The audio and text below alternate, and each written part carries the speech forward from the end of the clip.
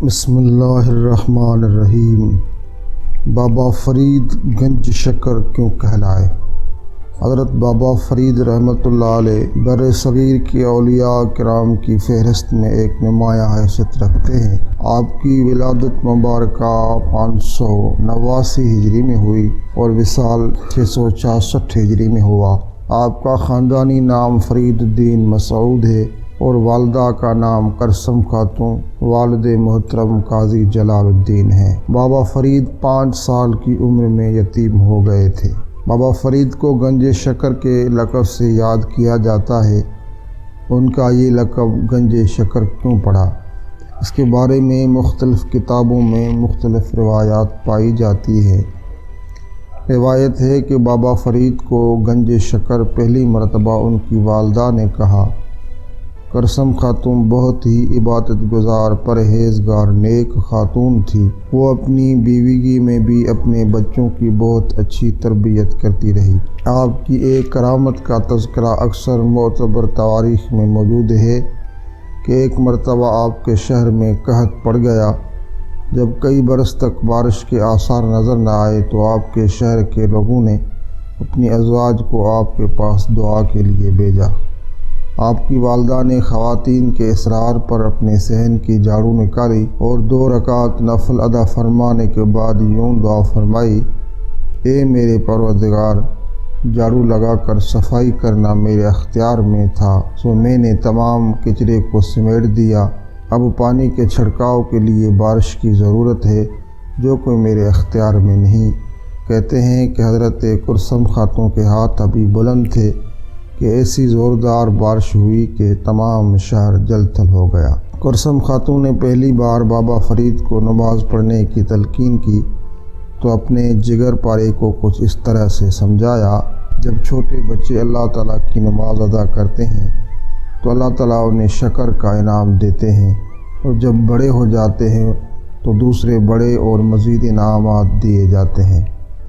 بابا فرید جب نماز پڑھتے تو کرسم خاتون چپکے سے ان کے مصلے کے نیچے شکر کی پڑیاں رکھ دیتی اور بابا فرید وہ شکر کی پڑیاں انعام میں پا کر بہت خوش ہوتے۔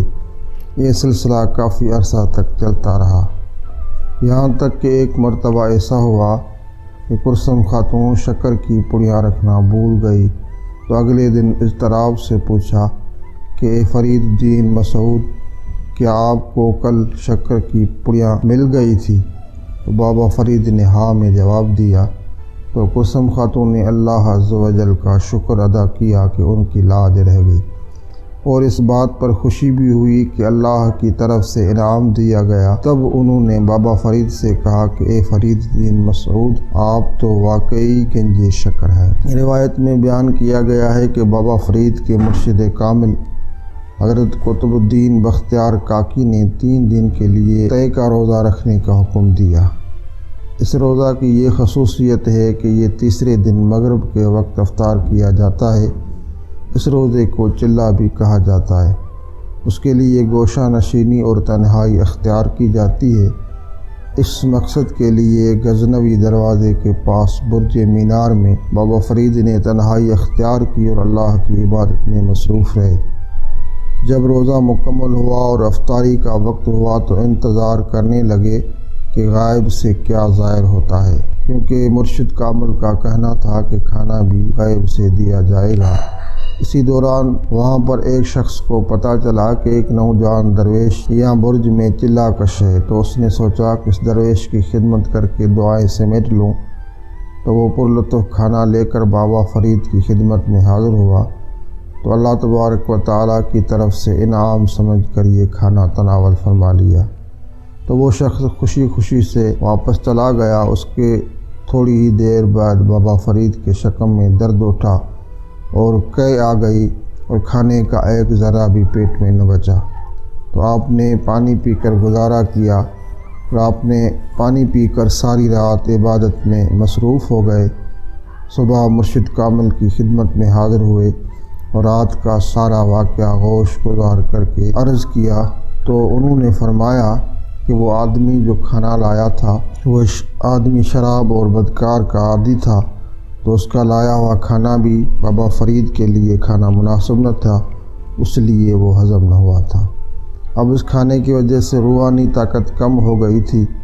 مرشد کامل نے کہا، مولانا تمہیں طے کا ایک اور روزہ رکھنا ہوگا اور اس بار انسان کے لائے ہوئے کھانے کا انتظار نہ کرنا اور غیب سے جو میسر ہو اسی سے افطار کر لینا۔ بابا فرید اپنے مرشد کامل کا حکم بجا لائے اور دوبارہ سے طے کا روزہ رکھ لیا۔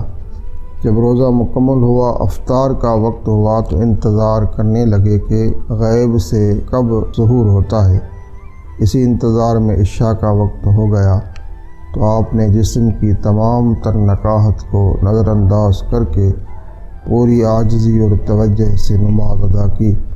آپ کو اللہ تبارک و تعالیٰ پر بھی پورا بھروسہ تھا اور ساتھ ساتھ مرشد کامل کی بات پر بھی یقین تھا کہ غائب سے ضرور کچھ ظہور ہوگا۔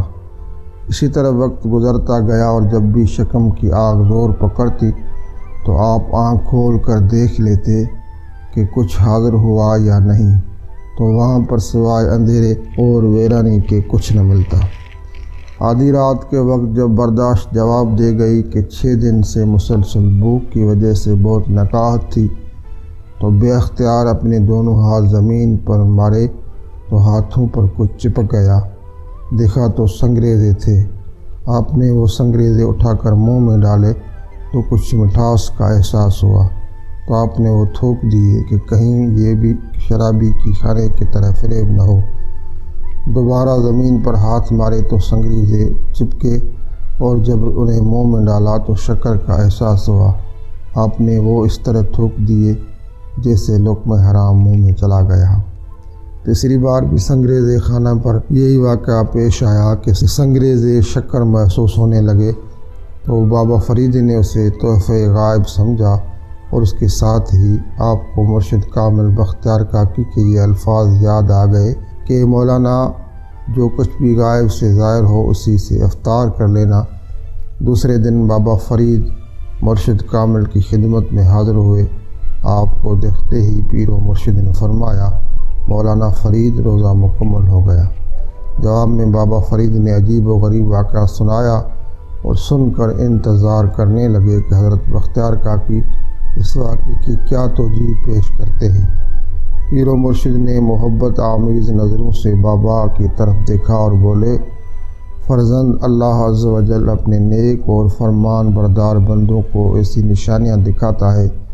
وہ سنگریزے حقیقت میں سنگریزے ہی تھے، مگر تمہارے لبوں کو چھو کر اپنی فطرت بدل دیتے تھے، اور یہ سب اللہ کے حکم سے ظہور پذیر ہوا تھا۔ جب روح کثافت کا لباس اٹھا کر لطافت کی قبا پہن لیتی ہے اور مسلسل ریاضت سے نفس کی سرکشی ختم ہو جاتی ہے تو انسان دائمی حلاوت یعنی ابدی مٹھاس حاصل کر لیتا ہے۔